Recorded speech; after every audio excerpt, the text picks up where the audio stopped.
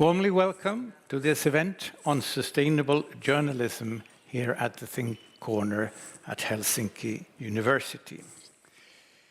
The headline of this event is phrased like a question, because here in the Nordics, and I believe this is true for the whole world, we are entering a new era, where our well-being is not only dependent on crumbling democracies, but also on sustainable societies and sustainable media.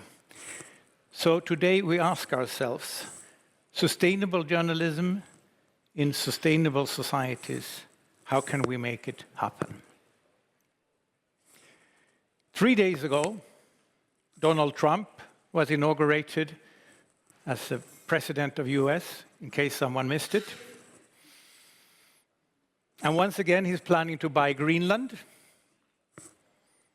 Trump and Putin is carrying out hybrid attacks against the Nordic countries, not with robots and soldiers, but with computers, money, disinformation, and sabotage.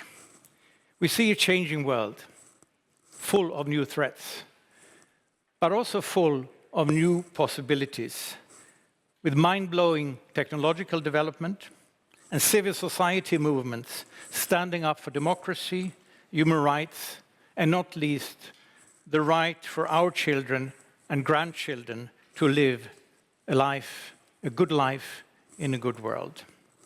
Because the greatest threat is not from Trump, it's not from Putin, and it's not from AI. 2024 was the hottest year on record, following a sequence of 5 record-breaking years. The impact of climate change is now apparent to everyone. But even if we have the solutions to bend climate change, the problem is there are still too few people around us that realize the gravity of the matter. We are too few that can reveal the truth and put pressure on the people in power. Exactly what we journalists should do. You will hear more, Sini Holopainen and Ratvio will talk more about this at the upcoming panel. So what is the function of journalism in this new era? Well, just like the first Nordic entrepreneurs of modern press did in the early 19th century, we have to fight. And I think we have to fight together with sustainability and media researchers and experts from the green sectors, because you hold many of the answers to the questions that we are asking. But let's look at the dominant financial institutions and the social media platforms. How do they react to this new reality? Well, while flames are still engulfing Los Angeles and the US is about to leave the Paris Agreement, the 6 largest US banks have withdrawn from the UN-backed Net Zero Banking Alliance, abandoning commitments to sustainability at a time when the world needs it the most. Trump, Musk, Zuckerberg, they have declared that fact-checking is not important. They appear to prioritize profit, power, conspiracy, and hate. The very opposite to what distinguishes independent professional journalism. Search for truth, accuracy, facts, and accountability. Meta and Amazon have rolled back their diversity initiatives following the examples of McDonald's and Walmart. So it's not enough for us journalists to produce and publish correct fact-check climate and environment reporting. We also need to focus on gender equality and diversity. And not only from a human rights perspective, but because gender equality and diversity are good for business, and they are necessary for making quality journalism. Hanna Johde from Sanoma We'll talk more about this in the upcoming panel. But we all know that if we can't make good business and innovate new, exciting business models, then all talk about environmental and social sustainability for the media is in vain. Johanna Suhonen will talk more about the importance of financial sustainability later at this event. Now, some good news.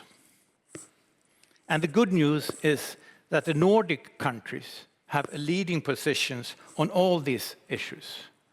Not only on green transition, but also on freedom of expression and gender equality. Let us be proud of that, and let us continue to fight for it. Here and now, we are in Finland. And that is no coincidence. Well, it's not only because the e-course that I will present later is financed by the Finnish Media Industry Research Foundation. That is also one of the co-organizers of this event, and we're very thankful for that. And not only because we have a brilliant sustainability research institution here, the Helsinki Institute of Sustainability Science, that is also a co-organizer of this event. But more than anything else, Finland has become a global climate leader. In a recent study, Finns ranked first in the European Union on their understanding of climate change and the way to address it. And the world's largest underground thermal energy storage facility is being constructed in the city of Vantaa, in caverns carved out of the bedrock. This facility has the size of a big shopping center, and it can store enough energy to heat the entire city. This is the fourth largest city in Finland, for up to a year. And as I am a big fan of sand batteries, I have to mention that the world's largest sand battery is to be found in the town of Pornainen. It can store up to 100 megawatts of energy for months. And I could go on and on and on, giving you all the good examples that gives us hope and agency. And I believe that these examples are great examples for us journalists to report on. Of course, as always, with a critical mind. But if we don't report on all the things that are being done to stop climate change and to make better societies, we are not depicting the full picture of our reality. And if we're not doing that, we're not fulfilling our role as journalists. And with these words, I would like once again to wish you warmly welcome to this event and ask the panelists, please, to take the stage. Thank you.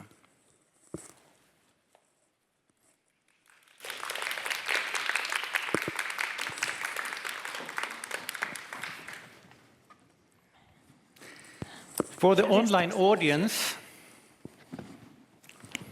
we have a secretariat here who will keep track of all questions from the online audience. So please just post your questions and we will answer them in due time. Write your name and your contact and to whom you want to pose a question.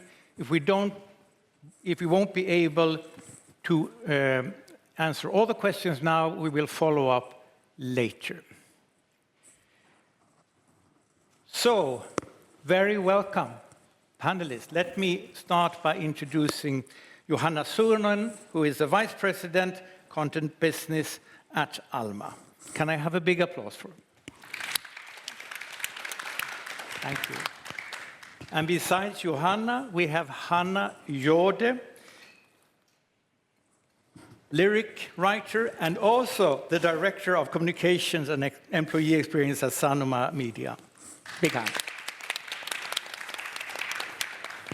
And I'm happy to see Rami Ratvio here, Rami is a researcher, and he's lecturing both at the Center for Teaching and Learning and at the Helsinki Institute of Sustainability. Welcome, Rami. And Susanna Lehvävirta is unfortunately in flu, but we have Sini Holopainen here, who also from the Sustainability Science Center. Very welcome, Sini. And before I give the floor to you, Johanna, I would like to thank Sini Holopainen, Elena Lefebvre, Reetta Laitinen, and all the good people here at Helsinki University, including the staff here at this fantastic Think Corner stage, for arranging this event. I think we should give them a big hand.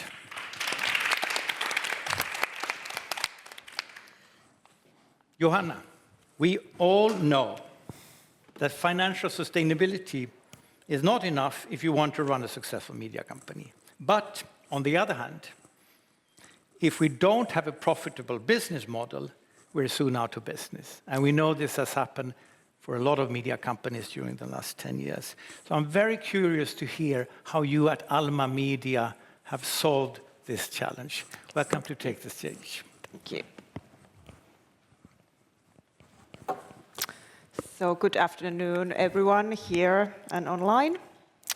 I'll let me put this on.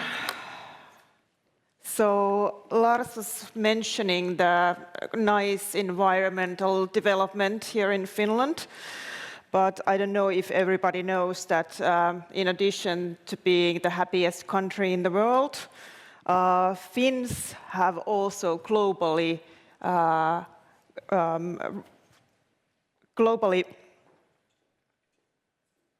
record high trust in news. 69% of Finns trust the news most of the time. This kind of trust is a precious asset here in Finland, but of course we all understand it's very hard and challenging to preserve nowadays. I come from Alma Media, which is a digital services and media company. We are operating in 12 different European countries, but our media operations are here in Finland. We are a highly digitalized media company, and we are the most known for our news media brands, Iltalehti and Kauppalehti, whose large reach here in Finland really gives us a significant influence to this society. Although I originally studied to become a journalist, I have worked for over 14 years now on the commercial side of Alma Media. And this has really deepened my understanding of the interplay with journalism and business. It's absolutely in our core values to promote free speech and trustworthy independent journalism. But I have seen there really isn't quality journalism without the business, without the economical sustainability. Without stable financial base, media industry really cannot fulfill its role in the democracy.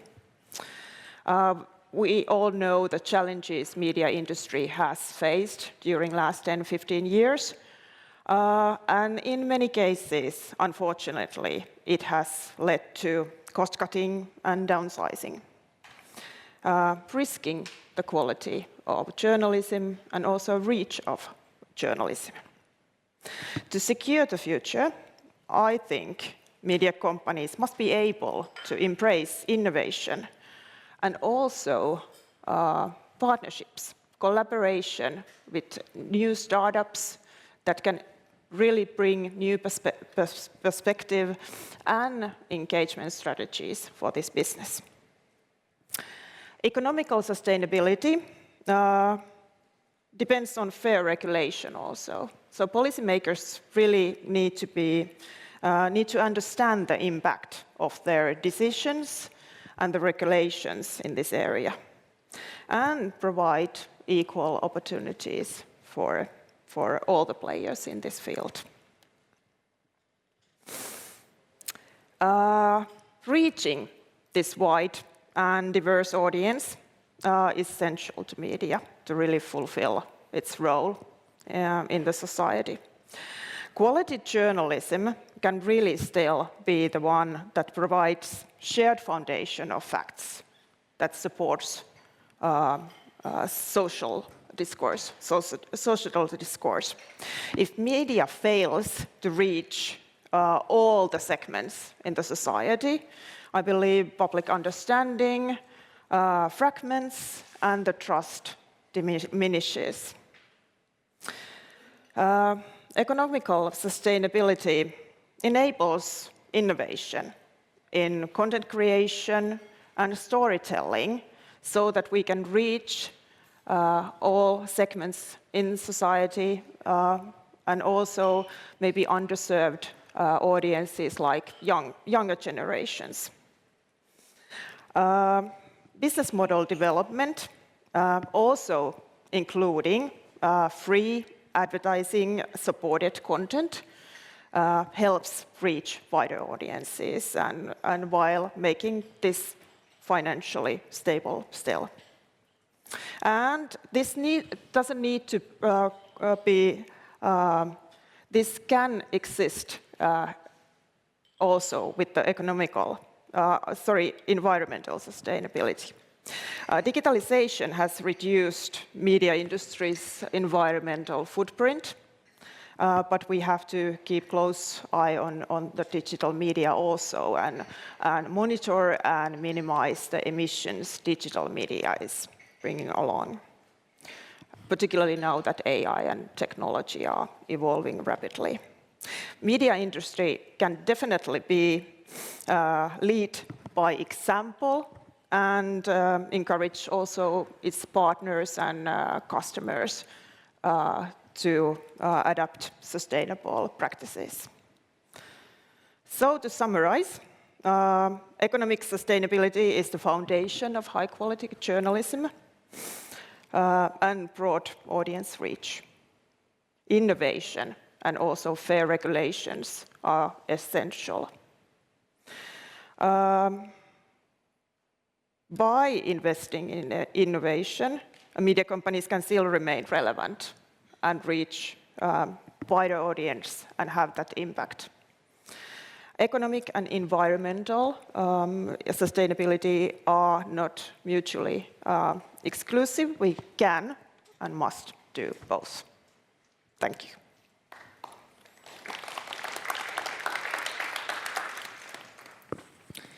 Thank you very much, Johanna.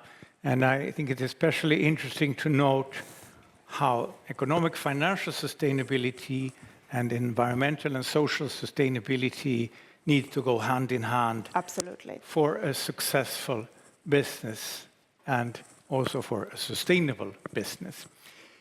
I have one question for you, and we know that we have news avoiders everywhere. I know the present figure, according to the latest Reuters Digital News report, is 32%. 32% that are not taking part of traditional news. It's lower in Finland, so you are in a better position. Most of these news avoiders, or news outsiders, as I prefer to call them, are young people.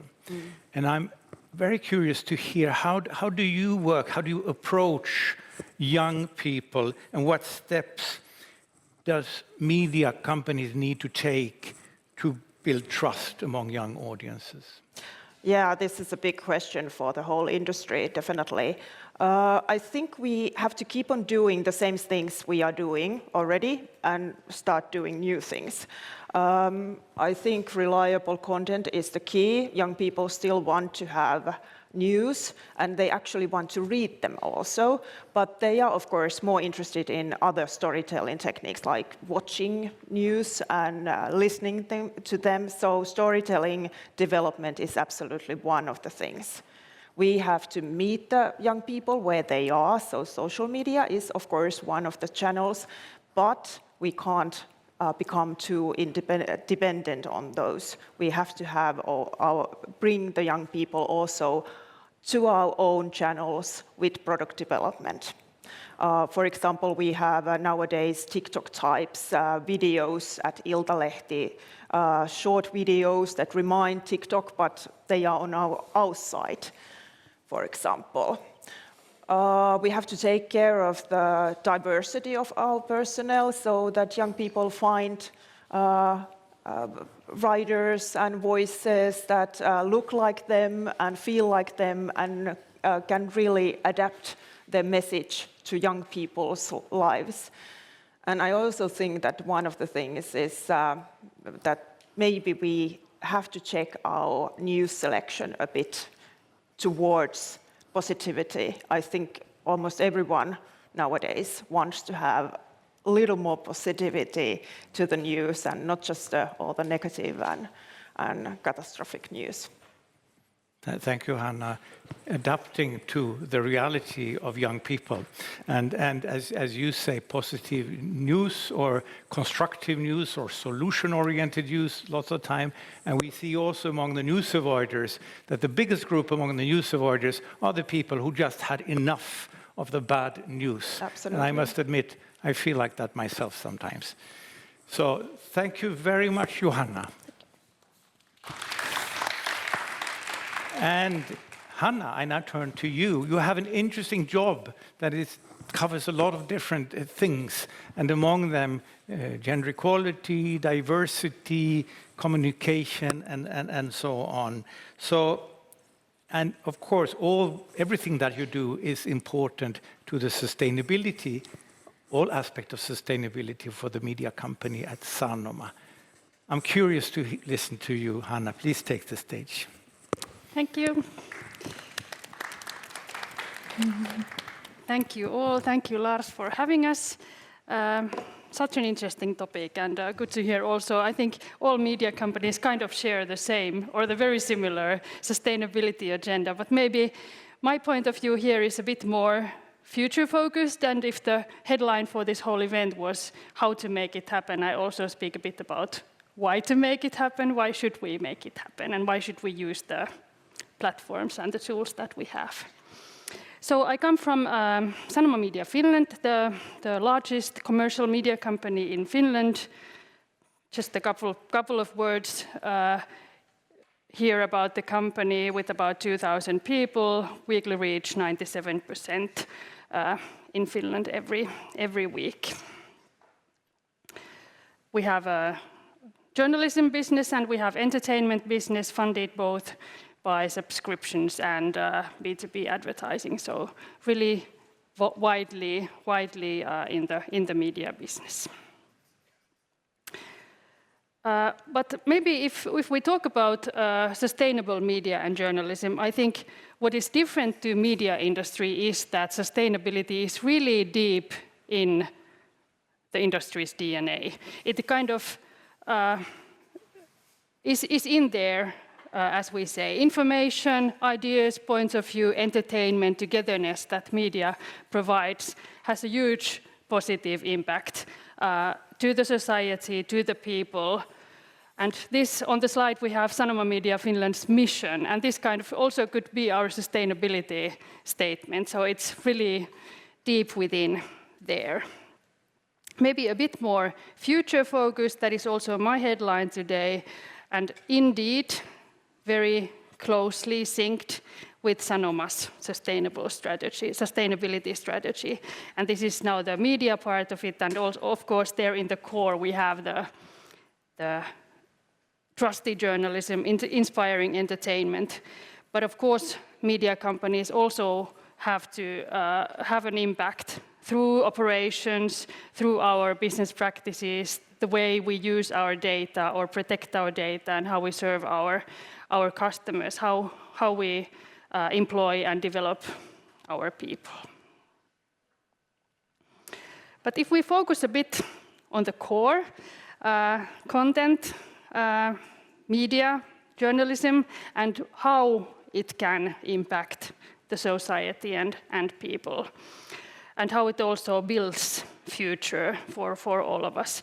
This list is from the Responsible Media Forum, and these are kind of the tools that media very naturally uses in its work, but all of the tools can also be used for sustainability purposes and are also used for promoting sustainability initiatives and targets. Here we have some examples of what we do.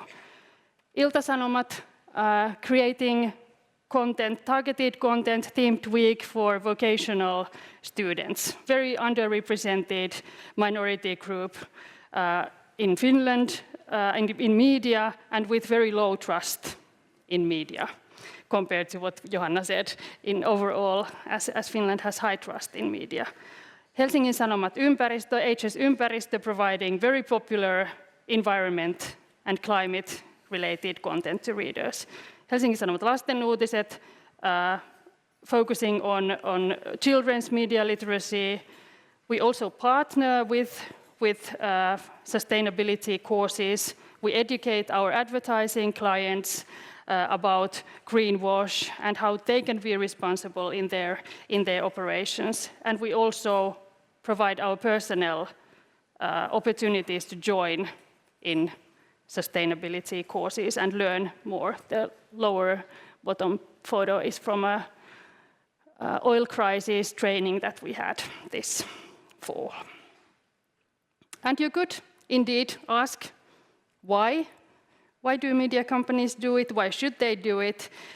Why should they think about the impact to the society? And why should we all have the sustainability strategies that we do?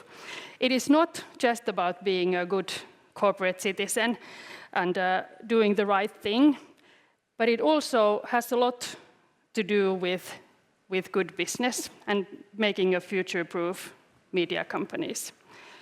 Work on our CO2 footprint builds our long-term business terms.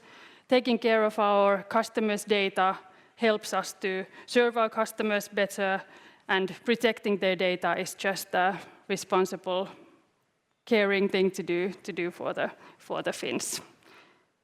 So this is kind of maybe also encouragement for all the future media professionals joining the media industry later to take sustainability into your agendas. That's it from my part.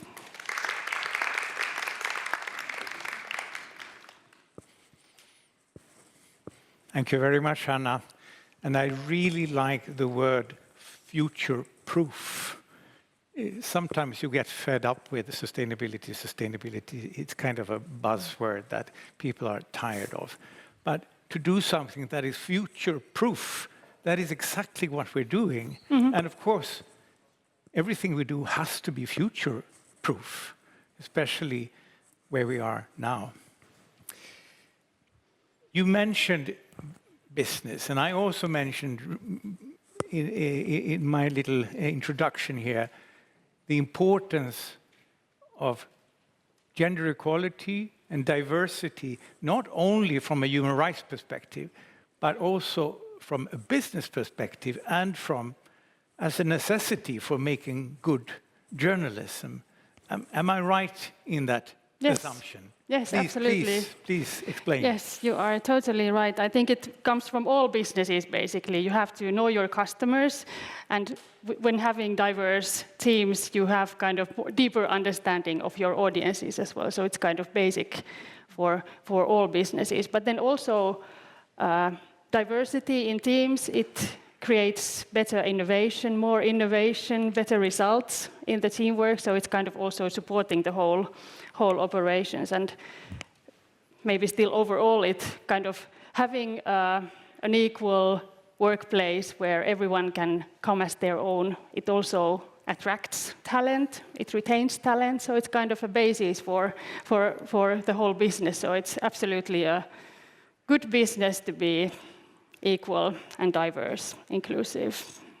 Thank you very much, Hanna. And you will hear more from Hanna at the e-course. So she's one of the stars included in the e-course that I will present later. Yes. Big hand for Hanna. Thank you. Now I'd like to introduce Rami Ratvio. And you are a researcher, and among other things, you have conducted research about the connection between media and sustainable societies. And that's, of course, from a research and education perspective, extremely interesting. And there's very little research on that topic, surprisingly enough. So if we agree on that we need to future-proof, that was the word, right? Future-proof what our activities, then of course we need research. So Rami, I'm very curious to hear more about your research. Please take the stage.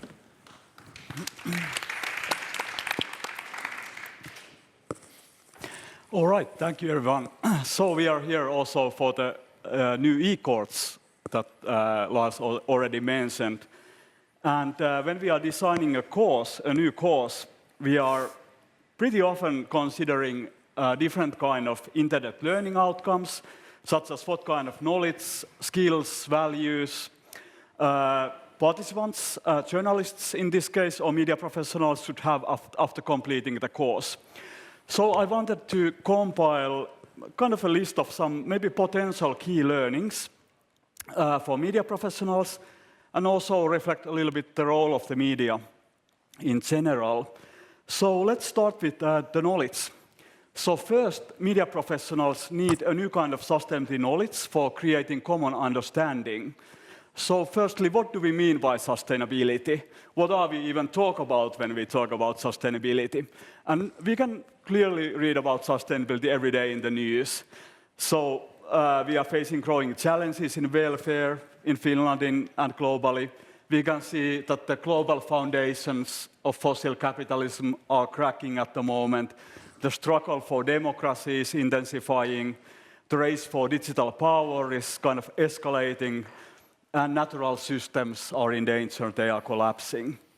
Still, quite often in the news and also in everyday discourse, we have a mindset of so-called weak sustainability approach, meaning that we are basically trying to make balance among different domains of sustainability. Where, for instance, the key idea could be that when we increase economic capital, that can be seen as kind of compensating for decreasing in natural capital.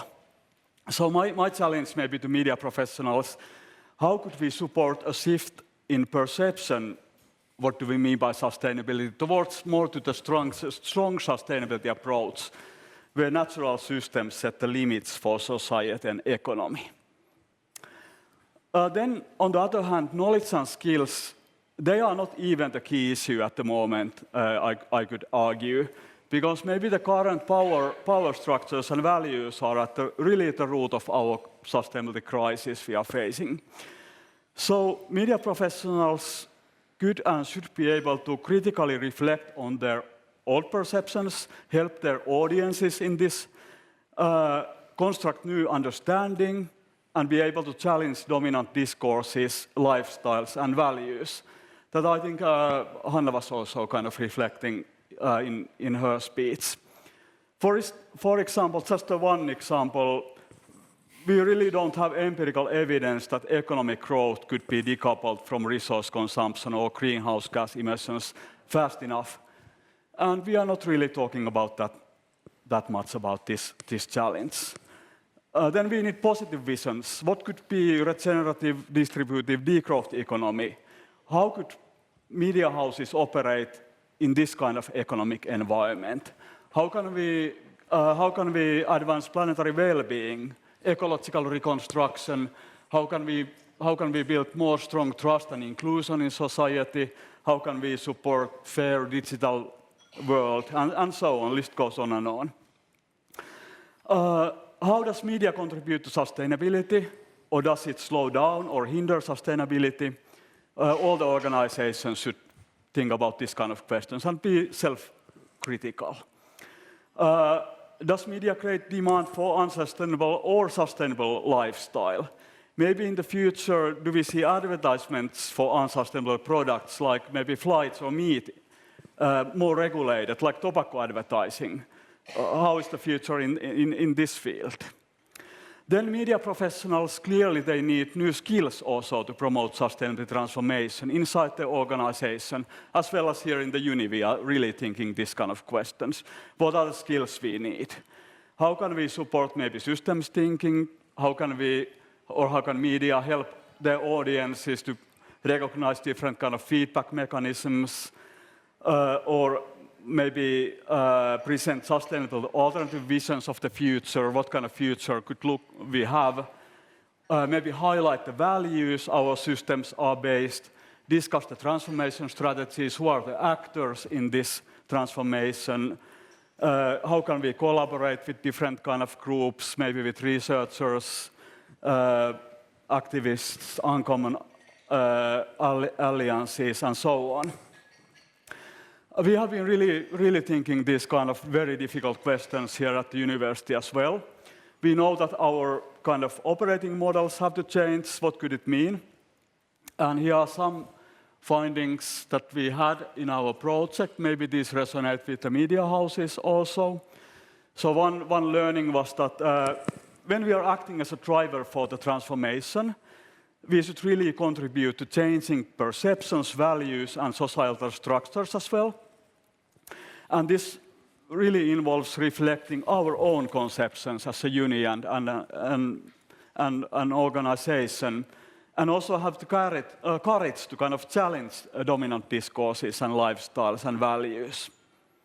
So in practice, this means that we have to rethink our organizational values, update them all the time, and maybe form new alliances. Maybe media and researchers could work together even more closely. Both highly specialized expertise and holistic systems thinking are needed. And this really needs that we have to allocate resources for this also, for different kind of transdisciplinary collaboration and cooperation. This also requires transformative learning by both management and staff, which is a challenge everywhere, but it pays off. So sustainability competencies, attitudes, motivation, commitment from the management and staff, it really plays a very crucial role. And in practice, maybe this could mean that we have to integrate and allocate time in work plans also for this kind of training. And finally, we have to think about ways how we can support our staff in their sustainability efforts. We have, in media houses, we have really educated journalists and staff in general, and they have probably very good ideas also here at the uni. So how we can build incentives for this, allocate maybe working time to different kind of sustainability activities, and also in the guidelines prioritize more sustainable choices. Maybe you are traveling by land and not taking a flight, if that's possible inside Europe, and so on.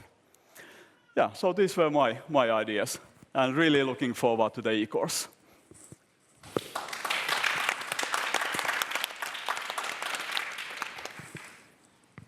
Thank you very much, Rami.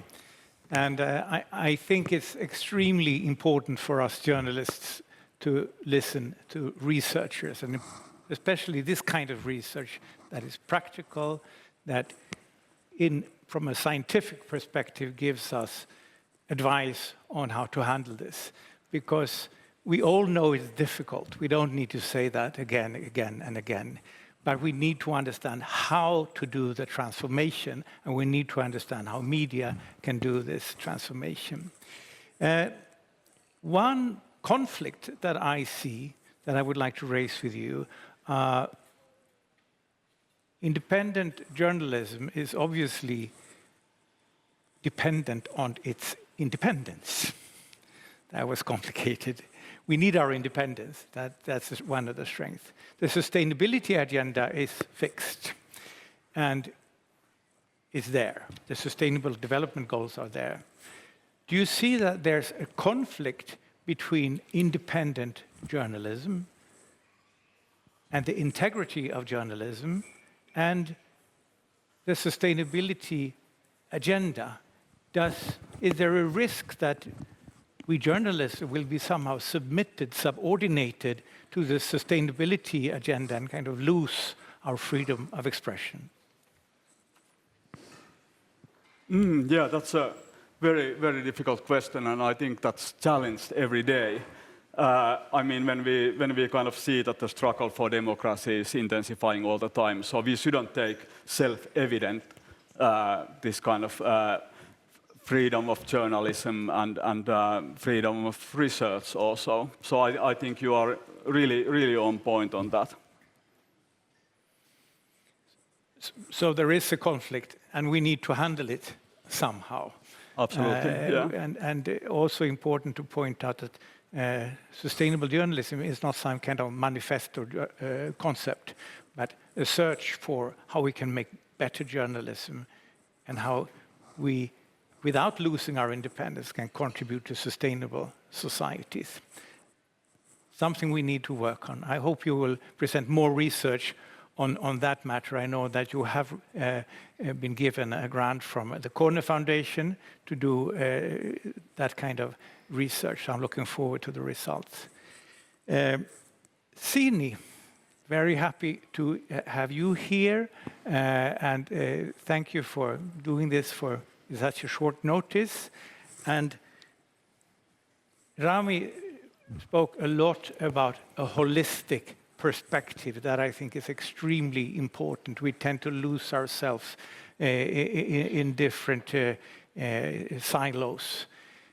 I'm curious to hear more about the holistic perspective and the sustainability perspective. Sini, please take the stage. Thank you.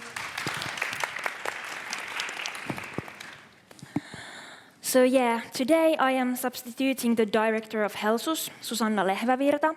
She could not unfortunately make it because she has cold. So my name is Sini Holopainen, and I also come from HELSUS, which constitutes of approximately 600 researchers across the University of Helsinki. I am a coordinator at HELSUS, and I have been also organizing this event, as heard. And I have my notes here, and I will do my best to replace Susanna today. So, the reason I am here is that researchers are worried about the current global situation and where we are heading for, as Rami already presented. So, the questions I want to pull up here are: how can we stop consuming the resources of 4 planets per year instead of 1? How can we stop changing the climate, killing other species to extinction, and polluting the planet? And how can we give space for the coming generations and for all species, more than human species? And I think one important tool is to increase our systems thinking capacity, what Rami already also said. But what is systems thinking? Google finds a lot of definitions for systems thinking, and here are a couple. Systemic thinking is to understand the interconnectedness of everything. Some people use the iceberg metaphor. How can we see more than the tip of the iceberg? How can we see something that is not immediately apparent? What conditions, actions, policies, or other factors influence the topic we are dealing with? So systems thinking gives us more trustworthy information than sectoral thinking. Ruprecht and his colleagues visualize systems thinking in a nice way, where they make explicit even the microbial societies in our planetary system. With this, I want to highlight that we are heavily dependent on also those parts of the planetary system that are not visible to bare human eye. Our human societies can only flourish if the rest of the living system, so plants, animals, and microbes, are also doing well, and if the abiotic system of our planet is stable enough. For example, climate change causes droughts and wildfires, as we have seen recently. We all know that people build their understanding of the world through media. Therefore, journalists can impact our understanding, our futures, our emotions, and motives. As like Hanna said, Sanoma reaches what was it, 97% of people daily or weekly, so that's a lot. So yeah, I do not say that media is the sole player here, but it has a lot capacity. So I argue that media has a key role in building systems thinking capacity. Media has a key role in speeding up sustainability transformations. But then media coverage on sustainability crisis is not enough. It is too fragmented and sectorized, and there is too limited number of experts heard. As a reaction to these challenges, we started a media team at HELSUS. Our idea is the full collaboration of journalists and researchers. We want to build, for example, more systems thinking in media, which can speed up sustainability transformations. But how do we do that? We send tips for integrated sustainability approaches for newsrooms, journalists, and programs. We have already collected a sustainability expert list on HELSUS website, so you can go and check it out.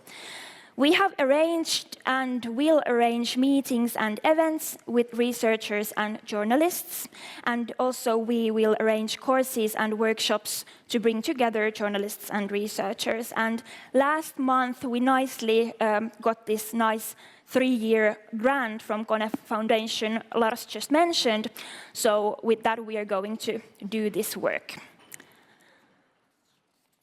So my question today to all of you is that what changes are needed in the media, and possibly also in the academia? So following questions are targeted to media. Can the structure of editing offices be redesigned? Now it's very sectoral. For example, economics usually is treated separate from environmental topics, even though they are so highly interconnected. How to integrate environmental or sustainability or well-being topics throughout instead of having it separate.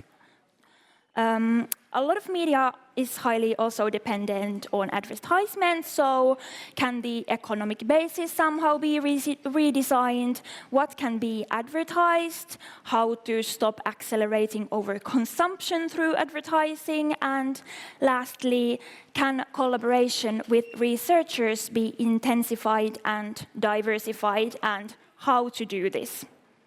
So with these questions, I want to say thank you. Kiitos.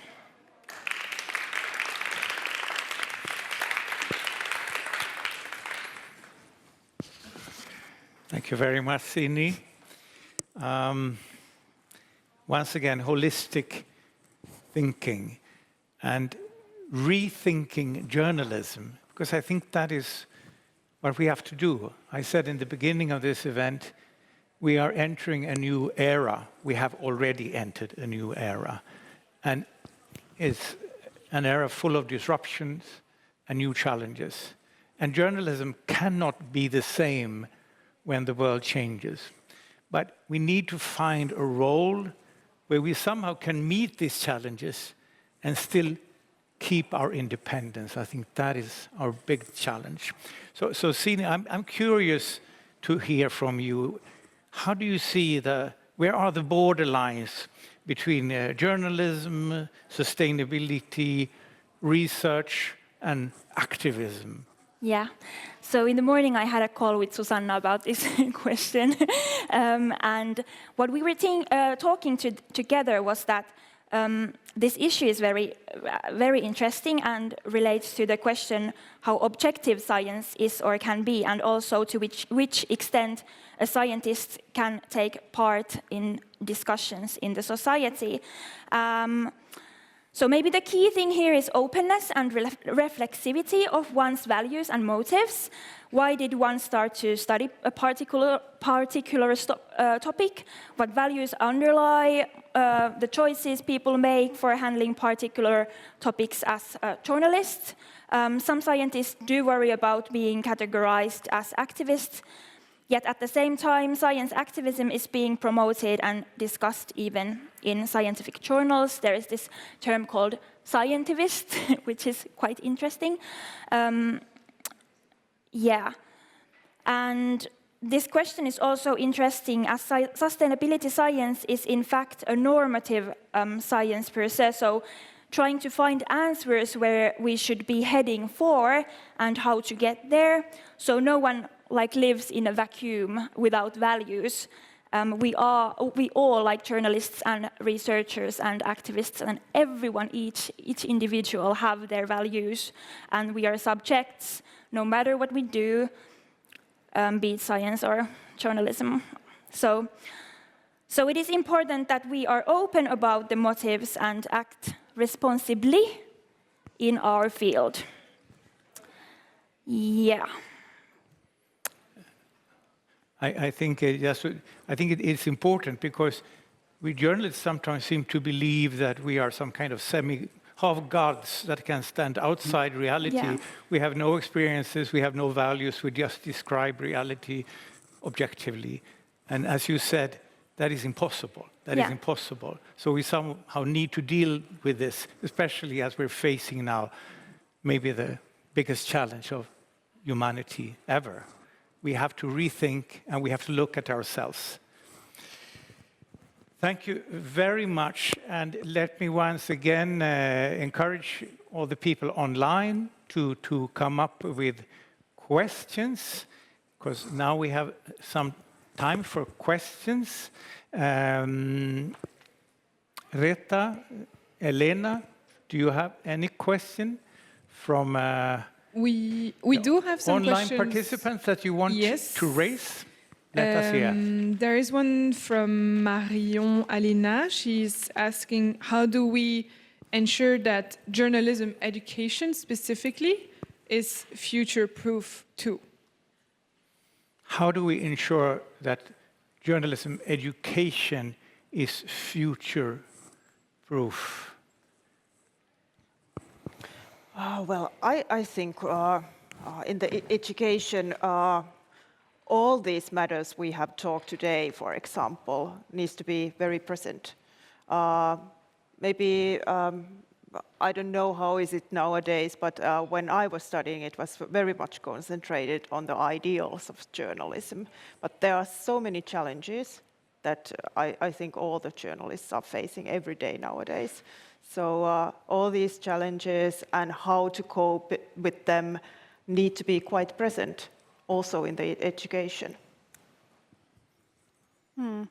I also think that the pressure comes from the audiences. Sustainability is something that people want to hear about and want to read about. So it kind of has to also impact the training era of the journalists, and the education has to follow what audiences are looking for.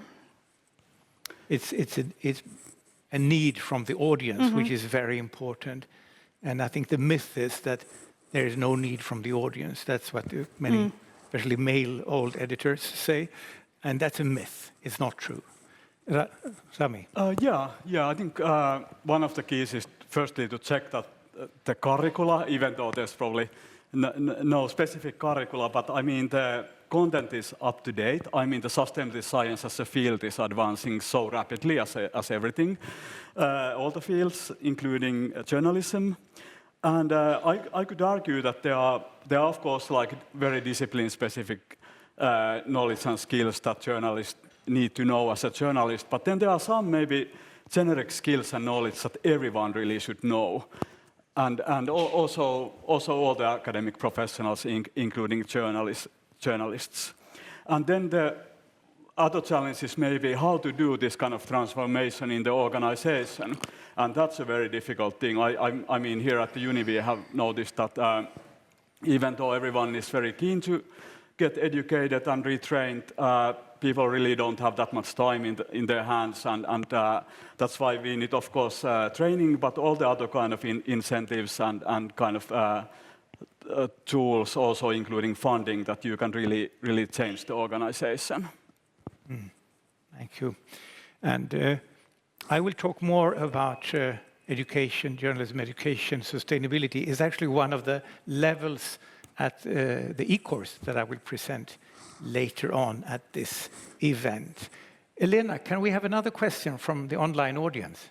Yes, we have Kaya asking, do the challenges of the future mean that journalists should step outside of the normal boundaries of the field more toward community building or in-person gathering?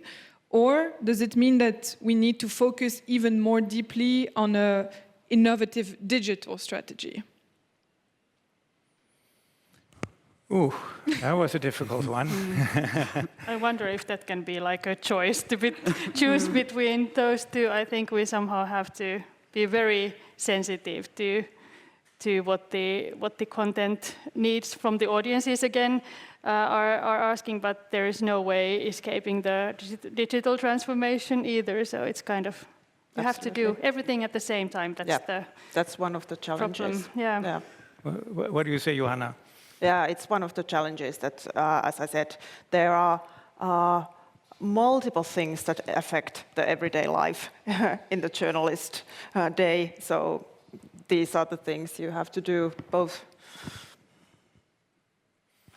And Rami? Yeah, I agree what have been said, and you are probably the experts on that field.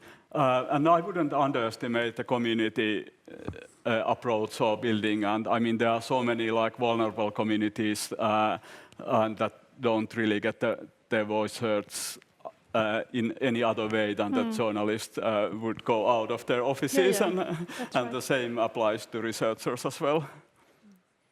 It's a challenge for everyone. Personally, I believe very much in hyperlocal journalism, where you keep that function of like the old local newspaper. Actually, I'm an old man, so I used to work in such a paper, and people came into the newsroom and said, "Lars, you have to report on this and you have to report on that," and we had that kind of dialogue with the citizens. That got lost. It's perfectly possible to re-establish that, but we need to rethink, and we mustn't get caught in the digital world. We have to live in the real world. It's a real world that needs to be sustainable. Thank you. Do we have a question from the room here? Matlena Ylikoski, Tampere University. Hi, my name is Matlena, as Lars told, and I'm teaching and educating journalists at Tampere University. So I'm actually doing the thing with sustainability and sustainable journalism. And I would like I cannot help myself to comment on two issues that you were talking in the panel. And one is about what Rami was talking about, how we are we independent if we are committed to sustainability agenda? I have been thinking about this these past years, and I have come to a conclusion that if we want to be independent and have the sustainability agenda, we must add a new value to journalism ethics. We have values there. We have democracy, we have equality, we have defending these democratic systems and so on. We can add there a new value, and then we can stand behind it. It's quite simple, but it's not easy to do. And it needs a very vast common shared understanding why we should do that. But journalism is not value empty. It has values, and it stands for them. Freedom of expression as the biggest one. And then another comment, I would have liked to hear more about social sustainability also in this happening, and maybe you will come back to the issue. We should understand that without social sustainability, we will not have environmental or economical sustainability as well. And journalism actually affects the social society the most, with the information, with the community, gathering communities together and so on. And I think the polarization is one of the biggest, or maybe the biggest challenge that we have. And what can journalism and news media do for polarization? This is something that we need to ask every time that when we are talking about sustainability. So these are my comments, and I'm very happy to hear everything that you said. Thank you. We have crystal clear answers on all questions. Thank you, Madlena. Hanna, do you want to answer the question about the importance of social sustainability and the relation between social sustainability and journalism? And how can journalism, as Madlena says, maybe journalism is most important in that dimension of sustainability, social sustainability? Yeah, I think, well, you can think of it also from many points of view, and I mostly talk now and think about it in my work from the employee point of view.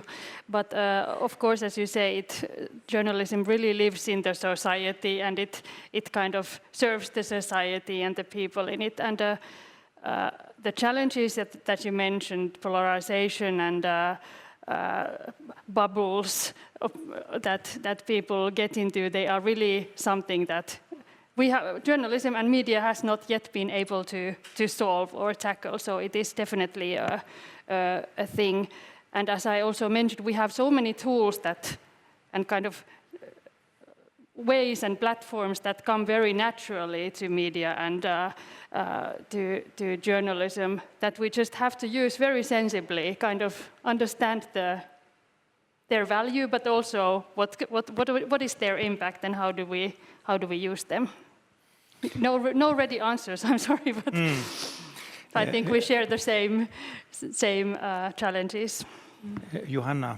I think there was some very, very good points there, and they are very connected to our everyday life in a media company. I was telling you about the high level of trust in news here in Finland. I believe that behind it we can find that yes, we have a very, very good tax-funded broadcasting company here that is free for everyone. But for example, we have two very high-quality tabloids here in Finland that reach, I guess, everyone here in Finland. Everybody reads Ilta-Sanomat and Iltalehti in Finland. And as their journalism is internationally compared, very high quality, we actually meet and have that social impact to every Finnish people. So every Finnish people have at least 3 news medias that they can reach every day for free. But we were talking about limiting advertising, for example, and 2 of these main medias are advertising funded. So also these kinds of regulation ideas and thoughts and their impact on economical sustainability, that could really, really have a large impact on social sustainability here in Finland. That's right.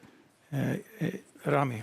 Yeah, you mentioned values, and we have been also thinking a lot here at the Helsinki Uni what are kind of the key skills for experts, and I think ethical and values thinking is definitely one of them. Like how can you discuss and negotiate common values with people who are really coming from different backgrounds, and I think media can help a lot in this to help us to understand kind of different kind of angles and voices and perspectives, and of course there's probably a lot of ethical choices made, like what kind of issues pop up and are discussed. And I mean there are so many kind of difficult, very divisive sustainability issues like the genocide in Gaza or fossil capitalism and so on, but we still have to be able to talk about them even though they are very divisive, and the media has a key role in this, and they really need courage to raise this kind of questions on discussion. Sini. I would maybe like to add one thing to this discussion, is that I think sustainability is going often back to just a simple question that what is a good life? And that question is like question of social sustainability and question of environmental sustainability. And I think like everyone in the world should remember that what we are doing here as individuals, what we are doing here as journalists or researchers, that what is the good life that we should or could have in the future, what is the good and sustainable life like, and then try to head towards that. And that could be environmentally sustainable, equal, consider human rights, etc., where people can actually flourish in here, this planet. Yeah, and I guess this is what we want, and still we have a very polarized society that is flamed by social media.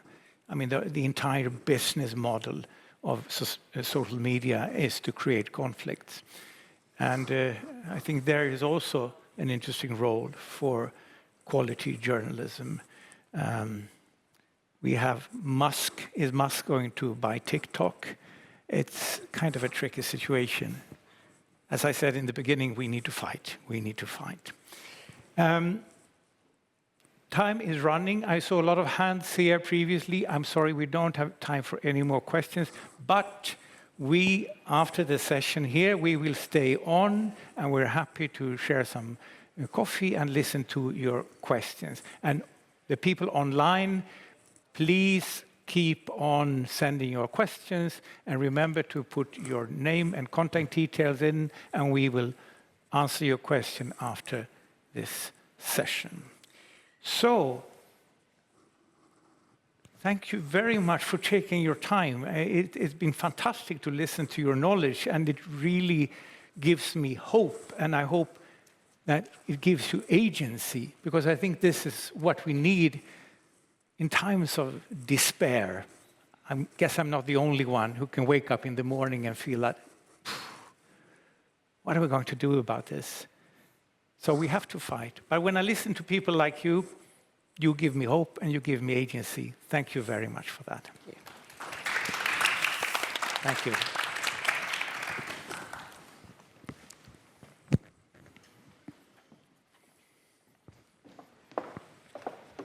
So,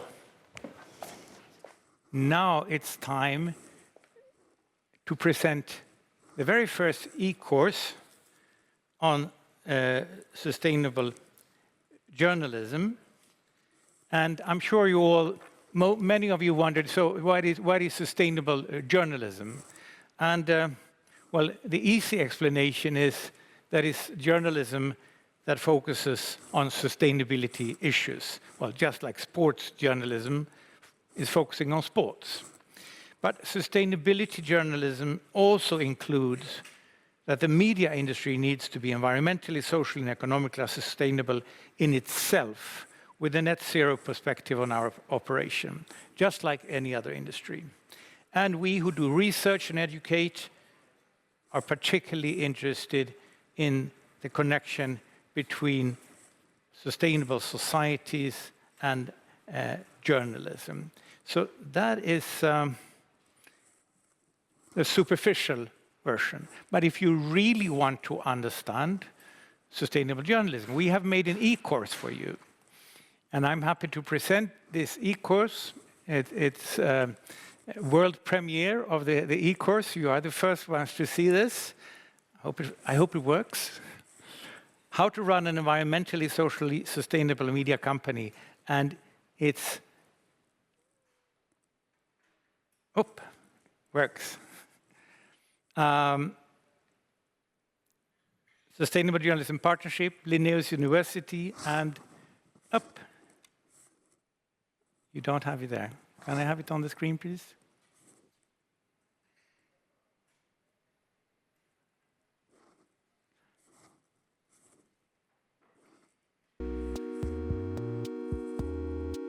Oh, you have the music at least.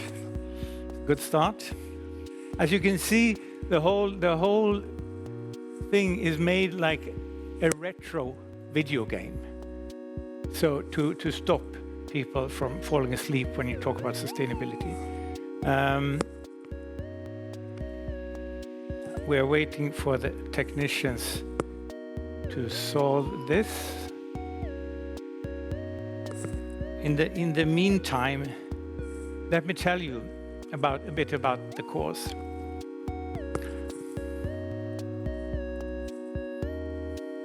So this is it's a beginner's course on sustainability, and it's both from an editorial and operational perspective. And I can assure you that there are no fancy abbreviations or incomprehensible theoretical reasoning. It's practical and down to earth. And we who have made this course are the Sustainable Journalism Partnership. That is an NGO. We are researchers, we are media managers, editors-in-chief, and senior reporters, now with members from more than 70 countries. And in making this course, we had great help of one of our member organizations, World Association of News Publishers, IFRA. We've had help from Linnaeus University, and most of all from 4 leading media companies that have assisted. One of them here in Finland, Sanoma. You have listened to Hanna, she's in the course. Here is also Evelina Nygren, who is the Sustainability Director of Sanoma. She is also represented in the course. We have Schibsted, biggest media company, or sorry, not the biggest, is one of the bigger media companies in Sweden and Norway. And we have Danish Politiken, that is also one of the partners. And what did I forget? Sanoma, Politiken, Schibsted, and The Guardian. Sorry if I forgot. The Guardian is also, as you know, one of the world's leading media, and they're also leading on sustainability. And they have been very helpful in doing this course. And I know that the director of sustainability at The Guardian, Julie Richards, is with us now. So Julie, I'd like to thank you for all the work you have and your colleagues have done. Thank you. So it seems like we have a slight technical problem. Yeah. So I think I'll just go on talking, if you don't mind. What else can I do? So you have, as you can see on the previous screen, okay, I get a new computer now. You have 7 levels of this. So it's like just like a video game where you have different levels, and you need to do every level. At each level, you have 3 to 5 tracks, and when you've done everything, then you get a beautiful sustainable journalism diploma. Woo! Thank you, thank you. Wonderful technicians. Let's see. Yeah. There you see.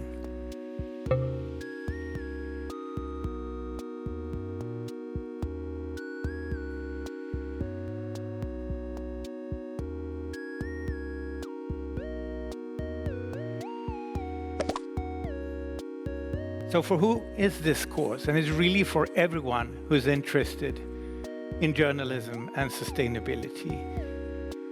Both educators, undergraduate master students, media manager and editors, and also reporters, as we have discussed. It's extremely important that ordinary reporters have these skills. They have to know.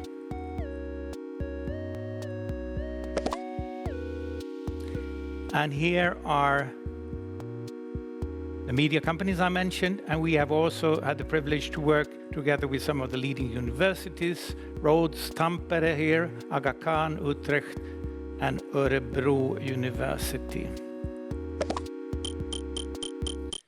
And here you see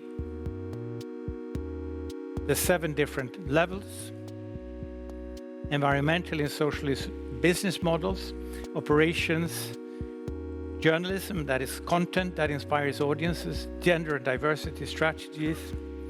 And one of the questions was education, where there's one level on journalism education and there's one level on research. And here is the fantastic team that has done this. Carl Shea, John Robert Jardin, I know you're watching. Thank you for fantastic work. If you ever do an e-course, you need to get in touch with these guys. They are fantastic. And look at the design there. And this was made. Thank you for your interest in journalism that is not only financially viable, but also socially, economically, and environmentally sustainable. Thank you, Lulu. That was Lulu Marzandina, who will be your guide. And she is here both as a real person. She will give you reports on the sustainability situation in Bangladesh. And Lulu, the avatar, will also guide you in the game. So let's embark on this journey together. First, we have an introduction to what sustainable journalism is. And I think you've heard enough of this guy, so let us just skip him for the moment and go straight to the second level. And here you can see you have shortcuts, so you can go straight to business or operations, diversity, teaching, or research. Let's go to the business model. And let's listen to Jess Hayes at The Guardian, what she has to say about The Guardian's business model.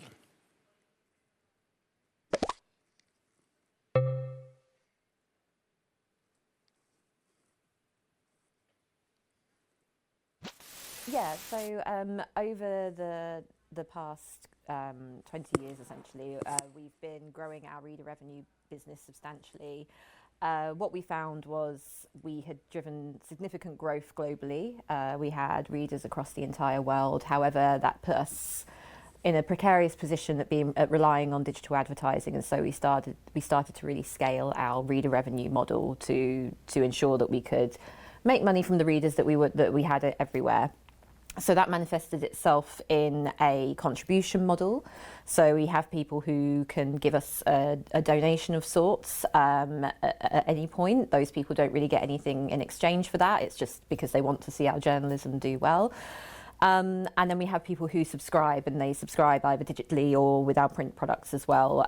These people similarly have the same motivations, so they still want to see The Guardian succeed and they want to see us do really well. They just might want to get something in return, or maybe they don't want to get anything in return.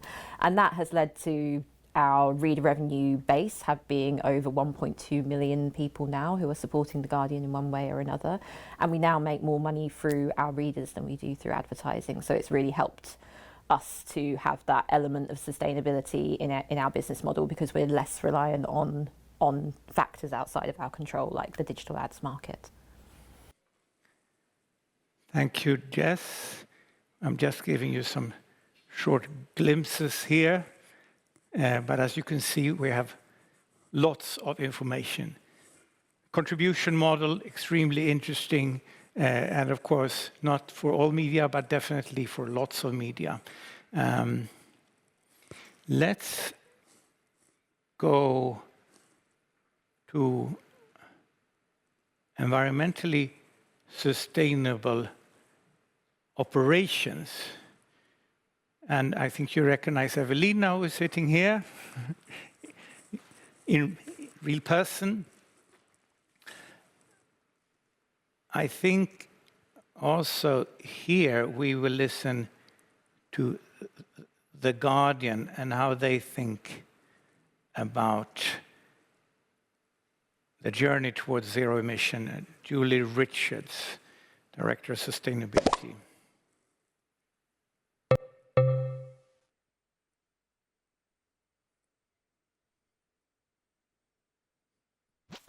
I think it has to start with measurement, because until you really understand what, from an operational point of view where your impacts are, it's hard to make informed choices. You might have lots of good ideas about different things that you could do, but you need to really understand which ones are going to have the biggest impact.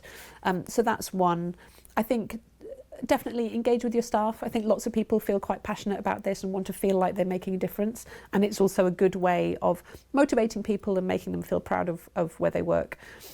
And lastly, I would say, as news organisations, we shouldn't lose sight of the fact that the biggest impact we will always have is through the news that we provide and the information that we give to readers. So yes, we should definitely think about our own environmental impacts, and we should try and live up to the standards that we espouse in our journalism, but also we should think about our role as news providers and providing facts and information to our readers to help them make choices in their lives. Thank you, Julie. And I think it's really important what she says about news. That is our product.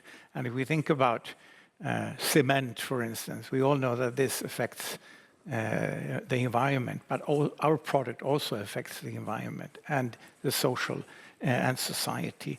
And maybe we need to think about that. We cannot be totally neutral about it, because we are in a different situation than we were 30 years ago. Let's have a look at content or journalism, that I prefer to say. And here we see different reporters. We have Mia Talvio from Sanoma, that is talking about the theme weeks that I know that you are in this room very well aware of. We have the editor-in-chief of Politiken, Amalie Kessler, who has also been very supportive on sustainable journalism. And I'm particularly Politiken's goal since 1884 has been interested in, here you see lots of questions, also by younger audiences. So in 2000, but I'm particularly interested on how Politiken has taken on climate journalism. We just pulled data to see how has the evolution of our engagement in climate articles moved, and we found that we doubled our page views. We actually went from we work with an engagement bar. It's both how long does a reader read? Does he or she share the article on social media? Page views, a number of different parameters, and our climate journalism today engages much more than it did in 2019, and we actually now have more readers on our climate section than on the general stories in Politiken. Now, did you hear that? Politiken, they have more readers on climate journalism than on their average news. So please help us to kill the myth that climate journalism is not interesting. It's all about how we do climate journalism. And I think Politiken has found a way to do it. I'm really impressed by their climate coverage. So there we have a lot to learn, I think. Where do we go from now? We looked at business, we looked at operations. why don't we take a look at diversity? Hanna, hello again. And I think we'll listen to Sumit Singh Patpatia at Schibsted, how they work with diversity, inclusion and belonging.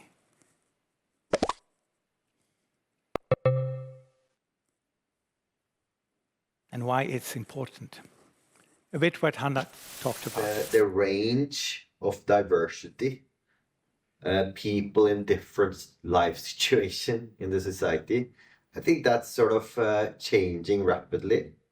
Our society is very different in what it was not just 30 years ago, but just 5 years ago. So in order to create good journalism, we need to understand those movements. And maybe the best way to understand it is, of course, that we have that insight in our media houses. That's one part of it. But then we also know that when we have it inside, if you're just the only one, you might not have the self-confidence or feel included enough or have the sense of belonging that you dare to actually share that. So, meaning that there is competence in our organization, silent competence, which we aren't able to capitalize fully. So that's why I think this is important. And then I think one thing is sort of, if you want, 28%, according to Reuters Institute, of the Norwegian population is news outsiders, 32% in Sweden. And that means that they don't consume editorial news. And that can be a democratic challenge if that number stays or increases. So there's a huge, I think, segment which contains of many under-segments, which we really need to understand. Understand their realities, but also understand their behavior so that we can actually meet and reach them so that they can also get access to this democratic tool we have in our society. Thank you, Sumit. And the wonderful thing working with journalism and sustainability, despite the fact that it's a very new field, it's a new thinking, there's very little research, there's very little practice in media companies. But when you talk to people, like I'm doing all over the world, you see that people think the same. And I think what Sumit says here, it's just so wise. And it's like impossible not to agree with. It doesn't matter if you're right or left or green or red or whatever you are. It's universal wisdom. So thank you very much, Sumit. There was a question previously about education. So we have one level on education. Matlena, you are here in the course and here in the room. Very nice to have you here. We will listen to Anthea Garman, that also has been very instrumental in developing this concept. She's from South Africa, from Rhodes University, where she's a professor. And she takes on an existential view on sustainable journalism. When we teach courses on sustainable journalism, we're not just teaching about yet another topic in the field of journalism. And we're not just teaching about the news industry or about a facet of media and society. We're actually teaching big existential questions about the future of the planet and the future of the human species. And that can be very daunting for students coming into this, maybe for the first time. So we have to think about how we make these courses not only take them out of the abstract and bring them down to earth and make them real and practical. But we also have to think about how we give students a strong feeling of agency and possibility in dealing with this subject matter. So something that I've encountered recently that gives me hope and help is a quote from a South African author, Daryl Bristow-Bovey, who's written about expeditions to Antarctica. He has this idea of when we play the game of life, we choose whether we play a finite or an infinite game. And he gets the idea from a philosopher called James Cass, who wrote a book called Finite and Infinite Games, Life as Play and Possibility. Bristow-Bovey then applies this to the climate crisis by looking at the UN report, which tells us that we're not going to reach the 1.5 degree target for the heating of the planet. Bristow-Bovey says that if we are playing a finite game, then we look at that target and we say we've already lost. But if we're playing an infinite game, we open up the possibility of saying we might not reach that target, but the game isn't over. We still have abilities, we still have creativities we can draw on. So if I apply that to the teaching of sustainable journalism, I would start with that attitude.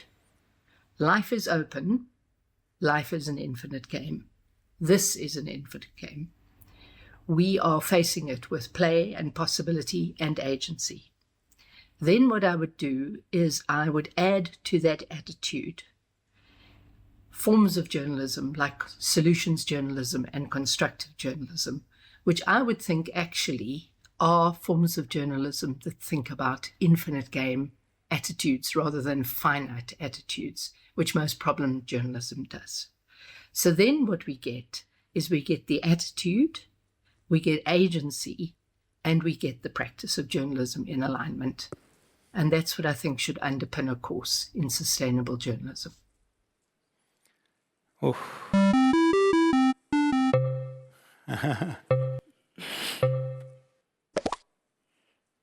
No, I don't want that. Let's go back. I think Anthea is so incredibly wise. I just love listening to her. And it's really, I think, she really catches the feeling of despair. And how do you get to that? It's an infinite game. Okay, we will not reach the 1.5 target, but that doesn't mean that game is over. Game is open, and we can still do a lot of things. And of course, I'm also very much, I mean, the research that I have done points very much to solution-oriented journalism. That doesn't mean positive news. It just means asking that additional question, what is the solution to your problem? And that is holding power to account, even more than traditional trouble journalism. So solution-oriented journalism, constructive journalism. We have the Constructive Institute in Denmark that is doing a wonderful work on this. Let's go to the last level, another little glimpse of what we have here. Different researchers. Here we have Bruce Mutsvairu, who gives a kind of a Global South perspective that is very interesting. We have Melanie Walker from WANIFRA, and actually all these four are members of the Sustainable Journalism Partnership Board. But we will listen to my colleague, Professor Christopher Holt, about a critical mind, because I think it is very important that we don't lose our integrity, and that is a challenge that we somehow have to solve. And I think that Christopher phrases this beautifully. First of all, I think sustainability as a concept is kind of a buzzword. And as a researcher, I think it's important to always have a critical mind when it comes to these things, and especially when we're talking about adopting journalism to a sustainable agenda. There might be clashes and ways that affect journalism as it is practiced and so on. For example, there are possible collisions when it comes to journalistic integrity, autonomy, and sustainability activism, for example. So when we're doing research about how journalism is, how we can make journalism more sustainable, I think keeping that critical eye on how discourses change, how buzzwords affect people, and the fact that a lot is also said just on a surface level and not actually deeply meant is an important focus, I think, for the research of how this kind of trend is developing. The second perspective I have is to see if we can find ways of developing practices that contributes, on the one hand, to a sustainable world where journalism can play a constructive part in this, while at the same time safeguarding the journalistic ethos, the reason for being, and preserve trust in journalism as an institution in society. And not to be seen as someone running the errands of some organization or other. That's going to be an important aspect when it comes to research. Thirdly, I think as journalism becomes a more active and important part in informing the public about sustainability-related questions, it also needs to find constructive ways of reacting to pushback, criticism, and skepticism in a way that does not alienate groups of news consumers. This is a very tricky question, I think. And again, the balance here between objectivity, neutrality, and integrity on the one hand, and also activism on the other, needs to be balanced in a good way. I'm very interested in doing research about how journalists and newsrooms go about the task of solving that kind and finding that balance. Thank you very much for your time. And thank you, Christopher. And I just earned some extra points. And we'll continue here to see what happens. After each track, you will find key insights that basically summarizes what people have talked about. Critical research focus. I hope that the researchers here at HELSUS will be inspired, and Christopher would be very happy to cooperate with you. Developing sustainable practices. Balancing objectivity and activism, a question that we have discussed here, extremely important to raise. So when you've done this, then we get a scenario question, and you need to do this course together with a professor, a mentor, colleague, someone who can evaluate your answers. And this is a potential scenario. What do you think is most important to consider when exploring the balance between climate activism and journalistic integrity? And I write, yeah.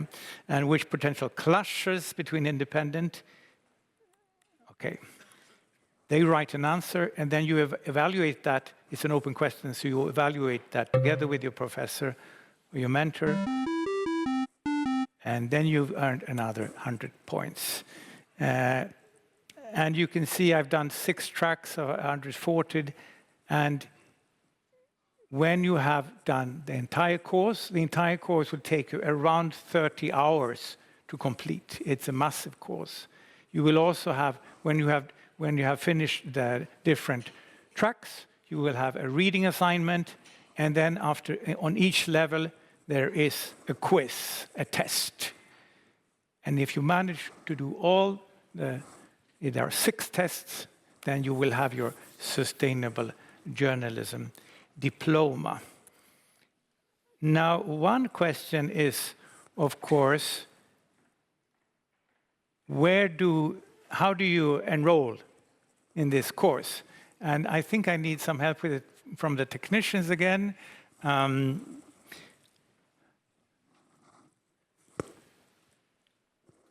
I'll go on talking as I now have the practice.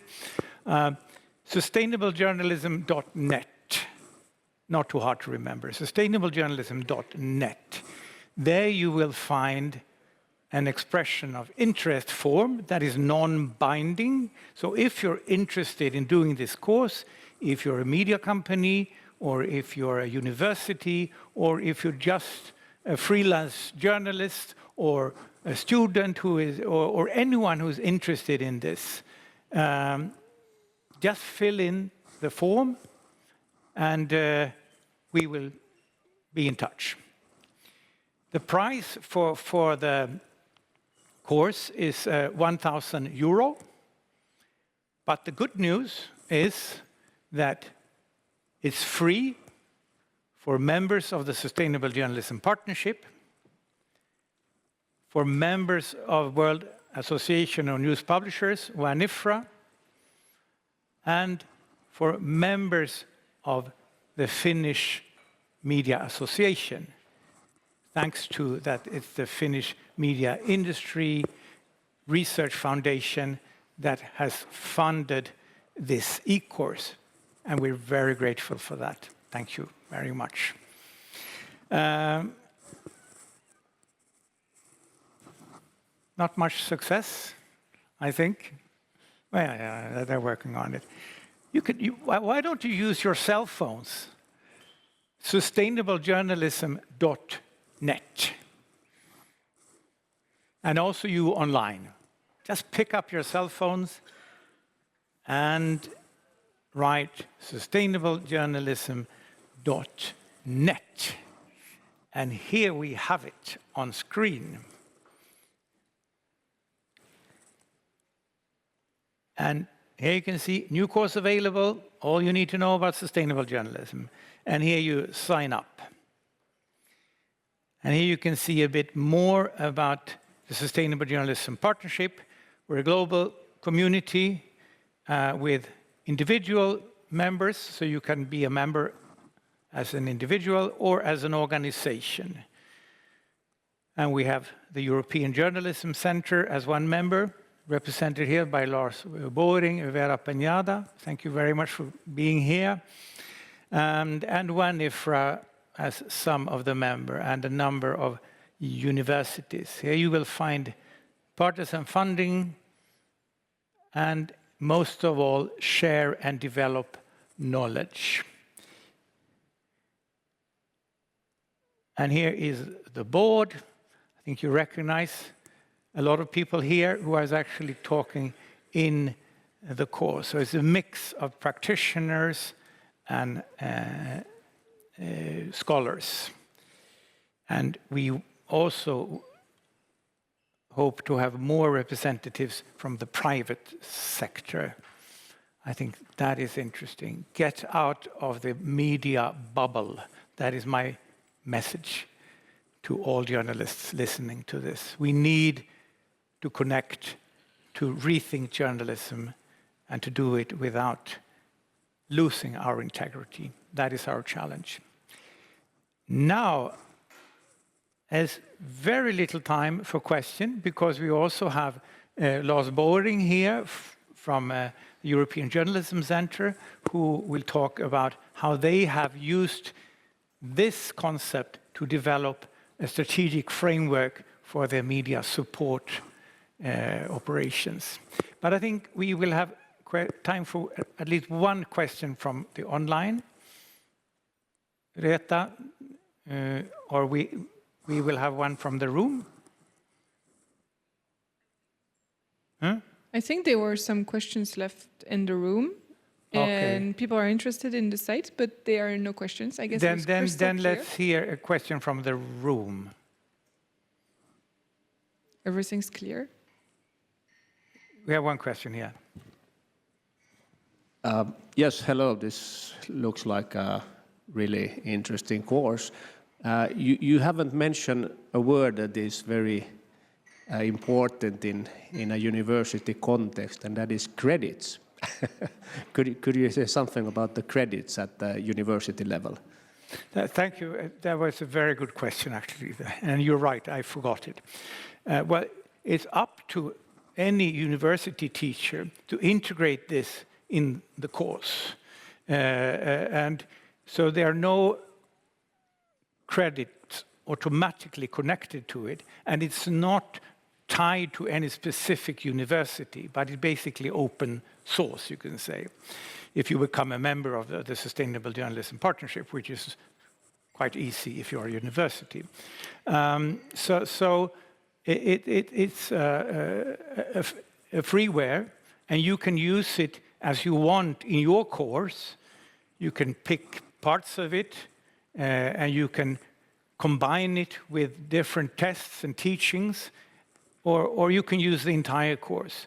So it's really up to you as a university teacher to decide how do you want to use this course. So that's my answer. Thank you for asking that question. Okay, last question, Matt-Lena. Then we have to move on. This is follow-up for his question. How about is the price same for the organization and for the individual? I'm thinking about my students at Tampere University. Do we have to buy it like one time or 70 times? So what is needed is that Tampere University or your institution becomes a member of the Sustainable Journalism Partnership, then it's free to use. This is not primarily to make money. Sustainable Journalism Partnership is a non-profit organization. We're very grateful for all contributions, but most of all, it's to spread the message about sustainable journalism because it's such an important topic. Thank you. Sorry, we don't have time because we have a distinguished guest here, Lars Boring, who is the director of the European Journalism Center, and he will tell you about how they have used this concept to integrate it into their operation and in their strategic framework. Lars, the stage is yours. Do we need some help again?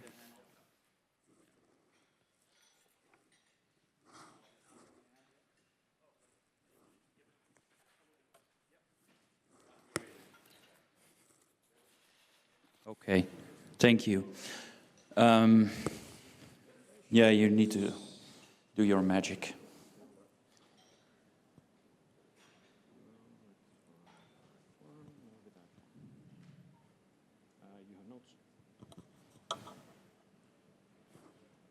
Let's see. No, this is the beginning one. Yeah.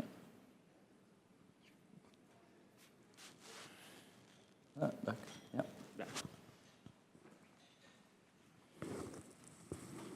There it is. Now it's active. It's not mine, but it's okay.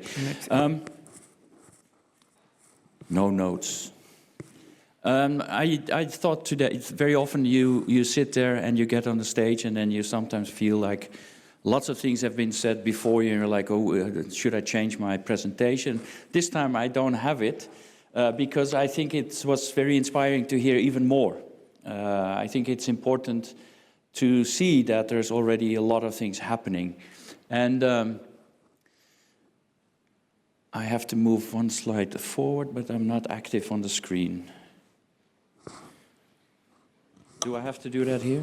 Yeah, thank you.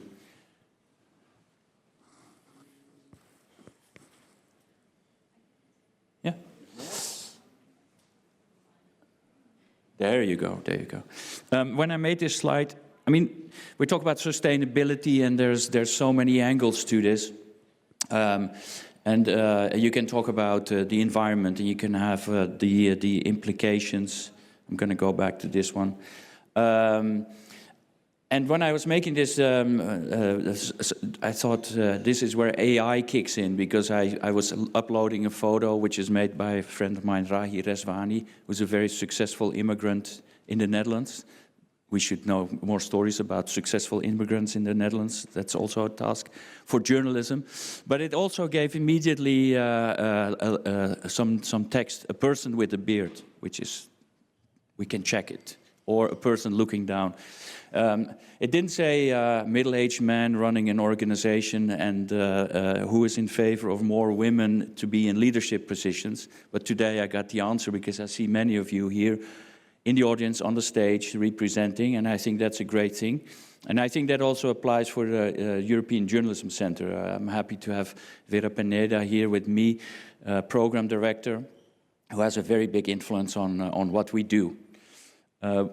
What are we? We are a center, but we are not a center that you can visit. I wish I had a space like this and a team like that, but I have a team that does other things. But what we are doing is a center of communities, knowledge, collaboration with partners and funders, and this is also why we are here. We support, strengthen and develop journalism in the Council of Europe. We define Europe. So we are at this moment working on our strategic themes, but also what is the definition of Europe. I think it has an automatic forward on this slideshow, so I might switch back and forth, but also otherwise I get hurried up a little bit. For us, it is we were a bit late to the partnership, which you can say, why aren't you there from the first place?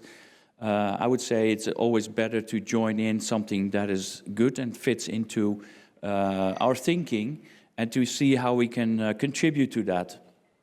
Because I think that while the sustainability is a big question for everything, and we mentioned here education and schools, to be honest, that's a personal opinion. I think journalistic schools are having a very hard time these days to keep up. They are very slow to change. It's not that people don't want to, but I don't think it's only in journalism, it is also in art, it's in photography. I was once congratulated by one of the art schools in the Netherlands for my contribution to their changing of the curriculum, and I thought, I think I was there 2 years ago. It shows how difficult it is in an ever-changing atmosphere to constantly to keep up. And I think that is where we as a center can play a huge role, because we can work with young journalism students that get into the workspace, whether they become a freelancer or they work for a big organization. We can make sure that we give them handbooks, we can give them guidance. And in that sense, the game that Lars just has played with us, I think could also be a great opportunity to them to quickly catch up on information and inspiration. And I also like it because it has a visual element, because I think in journalism, the visual part of it is a long time underestimated and now plays a much bigger role. Even though I was flipping through the newspapers in the hotel this morning, and I thought this is still very text heavy. I'm a photo lover, so I was trying to see how do we get across the news in Finland with images. What are we doing already on this level? This is a summit that we organized last October, where we also had Emily Kessler of Politiken play a role. This was in Denmark. That is an activity where we bring people together. Also for us to join in the Sustainable Journalism Partnership. And actually using this image, the minute I saw the image, I thought, there you have it. There's so much in here that we can integrate in our thinking. So I think it's great to see that we can be inspired by it. At the same time, we are constantly under threat. Trump has been sort of weaved through this day a little bit, as we don't want to, but it seems to be inevitable. But while we are trying to work on sustainability and to make sure that it plays a role in the work that we do, we also see big actors stepping out of climate pacts, and sometimes you have the feeling that you're swimming upstream. That does make you stronger. So don't wait and float down the river. Just keep going. This is an image of Jesko Denzel. It's already quite a while ago, and it was the time that Angela Merkel was seen as a great example and a wonderful person keeping Europe together. And now sometimes people think differently about it, but I feel that it's important that we keep in mind how things quickly changed. There is one person here in the background. This is John Bolton, who was always supporting Trump. I just learned this morning that Trump has taken away his security detail because he was threatened by the Iranian, I think, government to. And so this is where you can trust the people you work with. You cannot, by the way, and poor John is now on his own. And again, this is the person that has been taking that forward. Now, strategy, Lars, you just mentioned, it gives me hope. And I think where hope is always important, hope is not a good strategy. I would say strategy is something that you have to always work on. At the same time, we decided not to go into a full strategic review. You hear it very often. You talk to funders and they say, we are working on our new strategy. And then you know that's probably going to take a while. And the same can apply to us. And I think sometimes strategy is also used to try to reflect the landscape around you, but then you're always a little bit behind. And so it feels a bit like strategy is the circus comes to town. Will it this time be a clown or an elephant? Well, in the US, we ended up with one of the two. But the outcome of our strategic framework, we are deciding on themes. That means that we are more flexible. So we remain focused on resilience. But we are certainly inspired by the partnership to already have done a lot of work that we can quickly take in and work with. And then still we are focusing on resilience because we feel that that is a very important part of making journalism strong and also future-proof. We feel that it's essential for a well-functioning, democratic, equitable society, and certain outcomes that we feel need to be highlighted. What is it that we can do? Well, we can organize a summit, we can organize handbooks.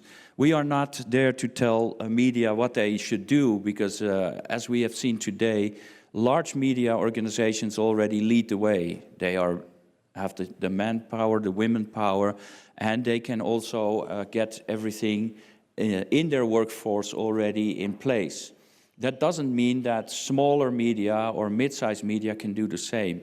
They are very often strapped for time and budget, and I think that is where we can play a role, translating also what Schibsted, Politiken, the media that we see as leading by example, can translate that into mid-size and smaller-size media, and also help freelancers.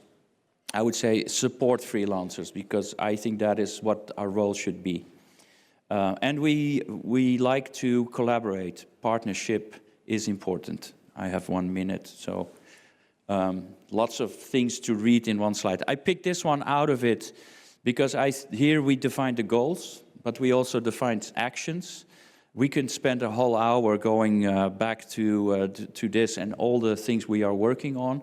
I just wanted to give you the quick overview. We are there to support, strengthen, and develop media, and we're open for partnerships. We would like to talk also to the funds behind the partnership to see how we can translate that to an even bigger audience.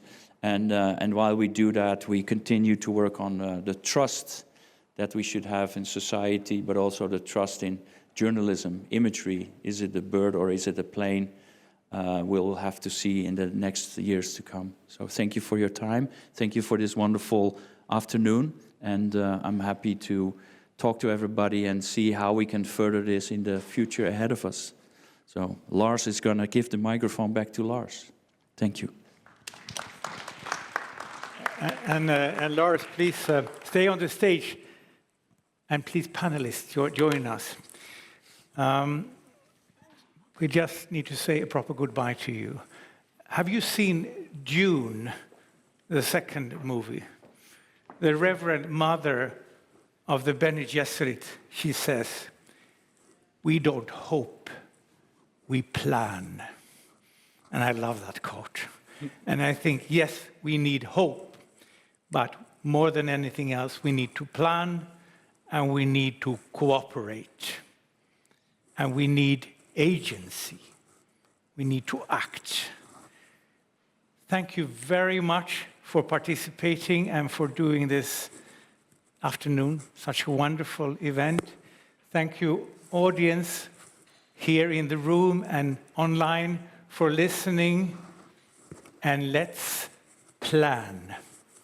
Bye-bye.